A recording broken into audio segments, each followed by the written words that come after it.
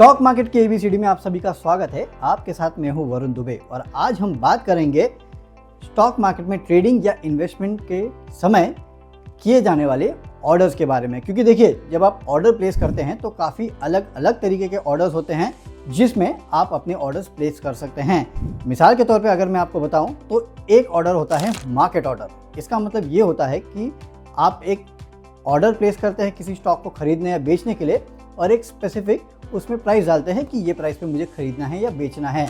इस ऑर्डर में होता ये है कि अगर आप स्टॉक खरीद रहे हैं तो आपको स्टॉक तो मिल जाएगा, लेकिन किस दाम पे मिलेगा ये फिक्स नहीं होता। क्योंकि ये ऑर्डर जो बेस्ट अवेलेबल प्राइस होता है उस पर एग्जीक्यूट होता है।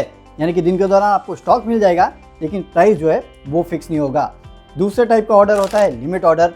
यहाँ पे अगर आप देखेंगे तो आप ऑर्डर डालते हैं किसी स्टॉक को खरीदने के लिए, स्पेसिफिक क्वांटिटी, और साथ ही साथ एक कीमत डालते हैं कि इस कीमत पे मुझे स्टॉक को खरीदना है, ये मेरी लिमिट है। तो होता ये है इस ऑर्डर में कि अगर आपने किसी स्टॉक की प्राइस को डाला है कि 100 रुपये में मुझे खरीदना है तो आपका ऑर्डर या तो 100 रुपये पे एग्जीक्यूट होगा या तो उसके नीचे के प्राइस पे एग्जीक्यूट होगा।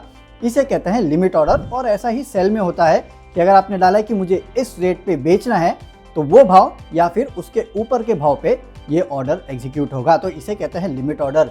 इसी तरह के काफ़ी सारे और ऑर्डर होते हैं, इमीडिएट और कैंसल, या फिर cash and carry. Cash and carry अगर आप देखेंगे तो बेसिकली डिलीवरी के लिए इसके लिए यूज़ किया जाता है। इसके अलावा डे ऑर्डर और काफ़ी तरीके के और भी ऑर्डर होते हैं, जैसे कि स्टॉप लॉस ऑर्डर है जिसके तहत आप अपने ऑर्डर्स को प्लेस कर सकते हैं। लेकिन हाँ, ऑर्डर्स प्लेस करने के पहले एक बात देख लीजिएगा कि आपका ब्रोकर किस तरह की फैसिलिटी आपको देता है। और एक बात और याद रखिएगा, जब स्टॉक सर्किट पे हो तो मुश्किल है कि आपका ऑर्डर प्लेस होगा।